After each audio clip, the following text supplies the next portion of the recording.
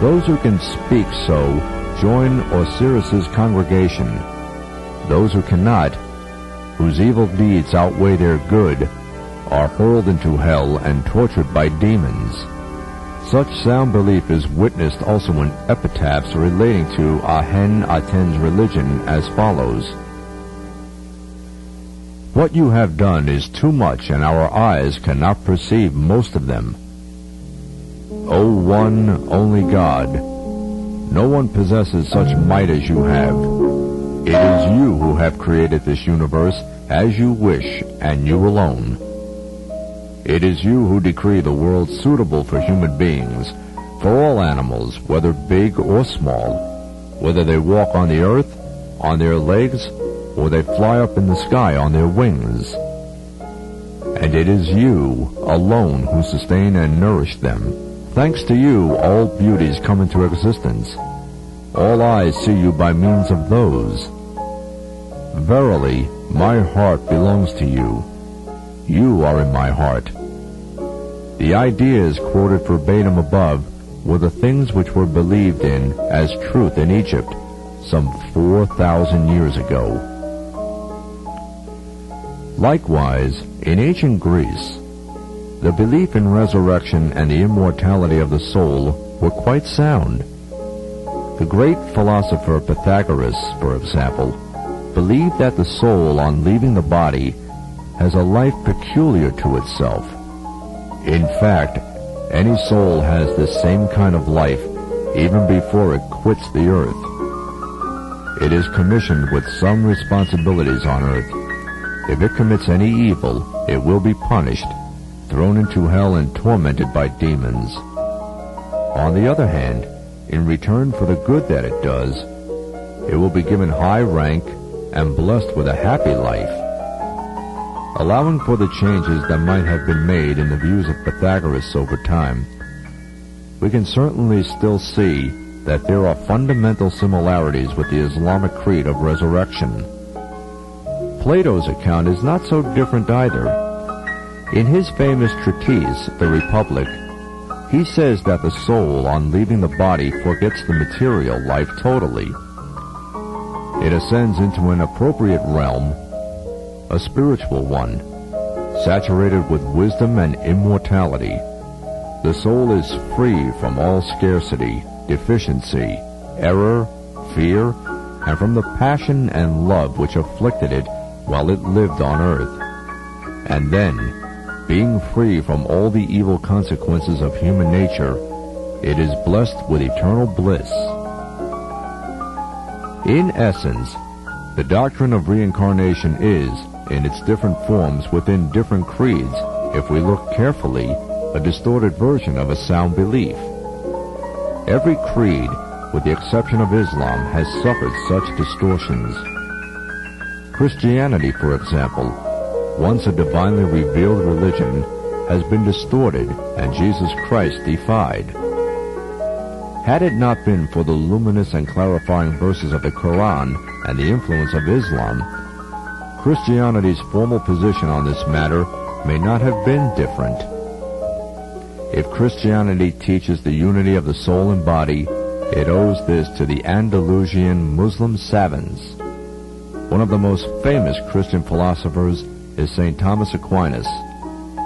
The great part of his new ideas and synthesis were adapted from Islamic teachings.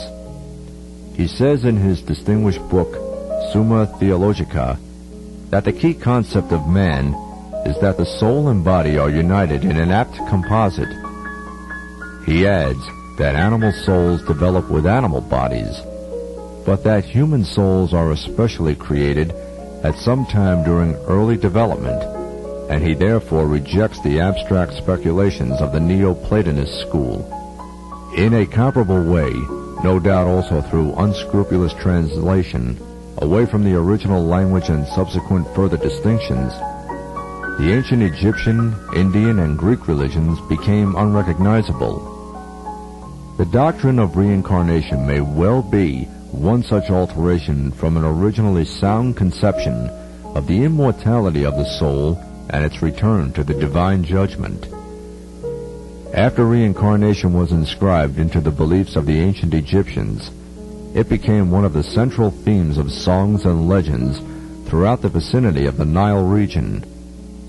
Elaborated further with the eloquent expressions of Greek philosophers, it became, with the expansion of Greek influence, a widespread phenomenon.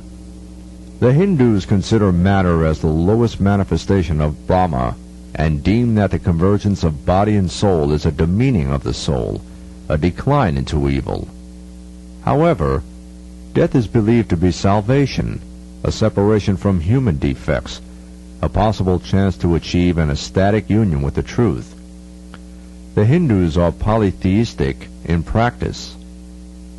Their greatest god is Krishna, who is believed to have come in a human figure in order to eradicate evil. Their second greatest god is Vishnu, which means that which can penetrate the human body. According to Hinduism, Vishnu has descended into this world 9 times in different shapes. He is also expected to descend for the 10th time. Since they believe that Vishnu will next come to this world in the shape of an animal, killing any animal is absolutely prohibited. Killing animals is only allowed during war, and the zealots of that religion do not normally eat meat. According to the Vedanta, the most important religious book of the Hindus, the soul is a part, a fragment of Brahma. It will never be able to get rid of suffering and distress until it returns to its origin. Soul achieves gnosis by isolating itself from the ego and all wickedness pertaining to the ego, and by running towards Brahma, just as a river flows down into a sea. When the soul reaches and unites with Brahma, it acquires absolute peace, tranquility, and stillness, another version of which is nirvana in Buddhism.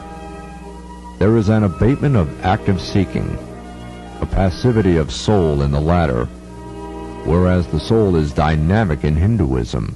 Some Jewish sects adopted reincarnation and appropriated it. After refusing belief in resurrection and judgment, the Jews, who can be inordinately covetous of life, yet remain fascinated by the immortality of the soul as well, could do little else than accept reincarnation. Later, the Kabbalists contrived to transfer it to the Church of Alexandria through certain monastic orders in that region. The doctrine has had negligible effect on the manifestation of Islam. Nevertheless, it was, unfortunately, introduced among Muslims by the Gulen Shia, which is an extremist Shia faction. We set below in the form of a list of points the cardinal reasons why Islam altogether rejects the doctrine of reincarnation. Belief in Islam requires belief in the resurrection and judgment, when justice is meted out to each individual soul according to that individual's record in life. 1. If the individual soul passes into different lives, in which form or personality will it be resurrected, commanded to give account, and rewarded or punished? 2. This world is created for the purpose of test and trial to benefit the soul thereby. One focus of the test is belief in the Ghaib, or the unseen. Under the doctrine of resurrection, those who live a bad life pass into a lower form of life, such as an animal, tree, etc., after death. But in that case, they will know the consequences of their former life, and life as test loses its meaning. To get around this, believers in this doctrine also have to have a doctrine of forgetfulness. The soul forgets its past existence.